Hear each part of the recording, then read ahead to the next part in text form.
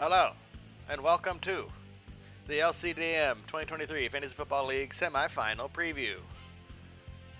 We are in the league semifinals here. I think the quarterfinals did end last week with, as we mentioned, Vatican Radicals moving ahead into the semifinals.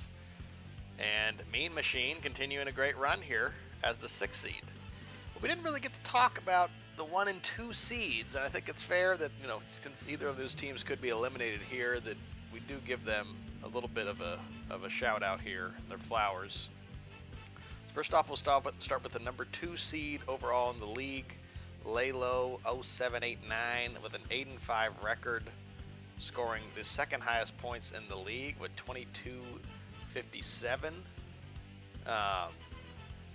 Excellent season for him. You look at his team; he's got Patrick Mahomes, kind of a down year, 6th ranked quarterback this year in fantasy. Not, you're drafting that guy early, you're thinking he's going to be top 3, but only 6th. But he makes up for it right here with Brock Purdy, 4th ranked fantasy football quarterback this year. And he was most leagues he went undrafted there, so that's a great pickup. Alvin Kamara had a good year in spite of the suspension. Is up at 7th overall as a running back. Saquon Barkley at 20th, so not super great, but not necessarily a bust either. Jefferson, how he survived this Jefferson injury. I had him in another league and it just killed me. I was not able to recover to just not have Jefferson, who ranks 47th as wide receivers this year, usually everyone's first round pick. But once again, he recovered again well in free agency, picking up Puka Nacua, who ends up as the 10th best receiver in fantasy football, obviously also undrafted. So great pickup there. Another undrafted guy off the free agency, Sam Laporta, 3rd best tight end this fantasy season, and who just dropped. We'll get to that later what he scored this week, but had a great week this week as well. Deebo Samuel, a solid pick, 13th overall wide receiver. And Rashee Rice, 32nd overall wide receiver, also mostly undrafted, so can't complain about that. But this is a big one here. Raheem Mostert is the 2nd best fantasy running back this year, and he was also either undrafted or very late round pick. So you combine those. Nico Collins, also not a high pick here, was the 12th best receiver in all of fantasy football. So you combine all of those things together, not even necessarily an amazing draft from Eddie, so you got to give him credit in the free agency, on the waiver market, to get pickups like Brock Purdy, like Puka Nacua, like Laporta, like Raheem Mostert, and Nico Collins. So, definitely earned that 2nd place finish there. And now we will take a look at the 1 seed, Team Rockport, trying to come back from the death last year. Had, pretty pathetic season last year, didn't make the playoffs, couldn't barely win a game. Has had some pretty good success this year. Obviously, Jalen Hurts has been excellent in fantasy football. He is 2nd overall in quarterbacks this year.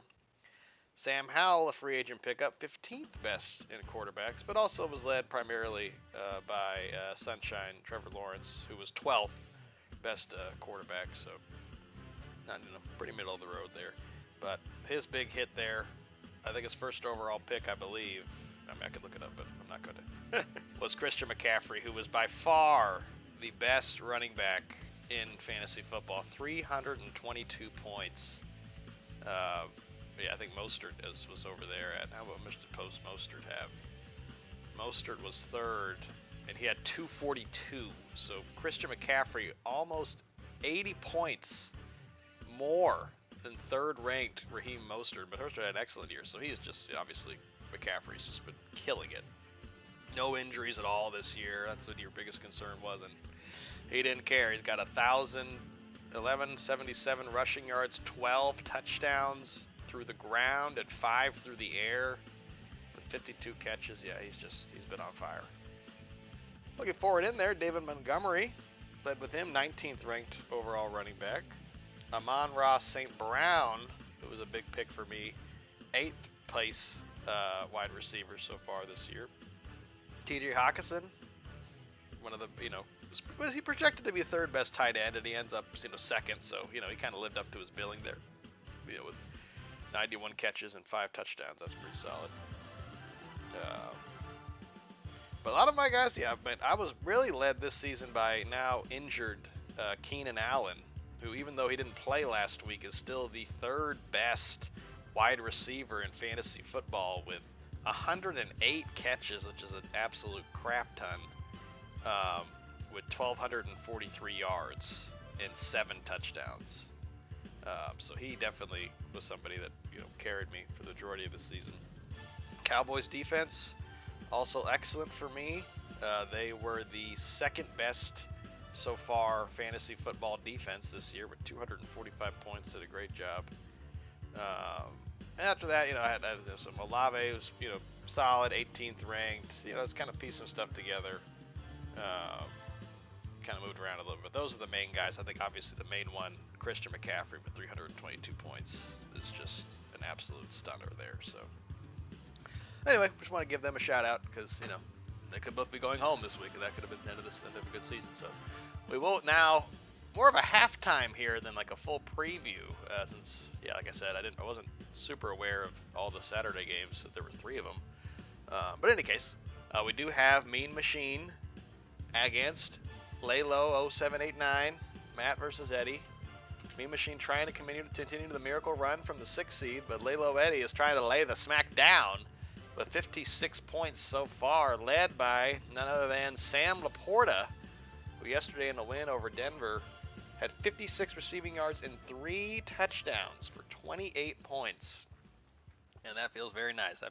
Jefferson puts up a good showing, 15 points for somebody who's been hurt majority of the year. And we got somehow the Steelers are the only team in fantasy that I see that give up 30 points. Give up a bunch of points, but they get a bunch of sacks too, and they end up with a decent score. So the Steelers get him 12 points there, bringing his total for so far heading into Sunday at 56, with a projection of 200. So that's Eddie's looking pretty good there. Haven't had his quarterbacks play yet. Haven't had his major running backs play yet. Meanwhile, you can't count out Mean Machine. Dak Prescott on an MVP caliber season. I think he is the number 2 ranked fantasy quarterback, if I recall correctly. At Buffalo, could have a good game there. They give up a lot of points. Lamar Jackson just had an excellent game last week against the Rams. We'll see how he does against the Jaguars. ETN still one of the best running backs. But we went over it briefly there last weekend. But going into playoffs for Mean Machine, he's got a lot. The 3rd best quarterback and Dak Prescott, 7th best quarterback Lamar Jackson, 3rd best running back Travis Etienne, 10th best in Kyron Williams running back, Ayuk 14th ranked wide receiver, 5th best wide receiver Jamar Chase, 7th best tight end Njoku, and then he's got some home run hitters, DK Metcalf, only 21st ranked even with those big games, but playing against a sus Philly secondary there, definitely could have some fireworks there. And the Jets defense, who ranks 3rd this year, trying to hold it all in there. So definitely some things to happen here. Like I said, the projection for Eddie is pretty good there. But hey, Mean Machine has done it before. They can definitely do it again. And now I'll preview the second semifinal matchup here, which is Rockport versus Vatican Radicals, which I do appreciate, Vatican Radicals pointing out. I didn't even realize, and I haven't verified it yet, but Vatican Radicals pointing out that I have never beaten him, even including last year. So that, this makes this matchup a little more tense for me, because I'm tired of getting my ass kicked here. So not really thrilled about that. But I have to say, so far, a good showing for my team here. I did have David Montgomery, put up 10 points. Cortland Sutton put up 12 points. Amon-Ra St. Brown, my boy here, he's been carrying me most of the season. 112 yards with 1 touchdown for 25 points. And Hawkinson puts up 12 points for me with 63 yards, and I'm sure a bunch of catches there. Joe Mixon gave me 15 yards. But if you look at the NFL projections wise there, all of those are about where they were projected to be. Montgomery was projected to get 12, he got 10. Sutton was projected to get 12, he got 12. Amon-Ra St. Brown was expected to get 15, he got 25, so that was nice. Hawkinson was expected to get 14, he got 12. And then Mixon got 15, expected to get 16. So some of those are kind of under projection that you thought there. Meanwhile, you know, Vatican Radicals have only had one guy play, and that was Austin Eckler with 7 points so far. But he's still got Stafford, he's still got Mayfield, he's still got Henry and Hopkins, Evan Ingram, Devonta Smith. Here he has, you know, that's why the projection. I don't think the projection lies here. There's not a big difference in projection here. Only about 20 points difference there. So really want to win it. Really want to win it. I'm not gonna lie. I really want to win it. I prefer to get off the schneid here and not lose to Reggie 5 times in a row, especially in the playoffs. But we'll see what the fantasy gods have to say. We'll see what the fantasy gods have to say. If I get freaking beat by Baker Mayfield at quarterback, oh God! All right, that's enough. That's enough of me crying. Anyway, that is our semifinal preview. There, we will